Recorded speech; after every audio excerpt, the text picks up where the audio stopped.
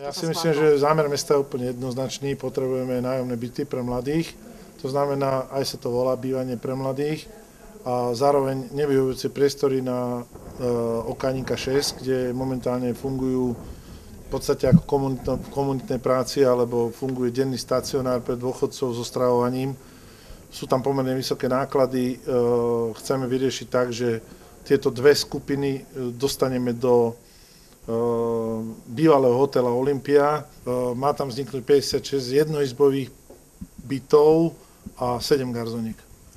Celková odhadovaná suma je zhruba 460-465 tisíc eur, s tým, že jeden byt, keď po prepočte vyjde asi na 8 tisíc, treba preklasifikovať momentálnu budovu na obytný dom, treba tam urobiť určité opatrenia, ako sú kuchynské linky, vodomery, elektroinštalácia, revízie.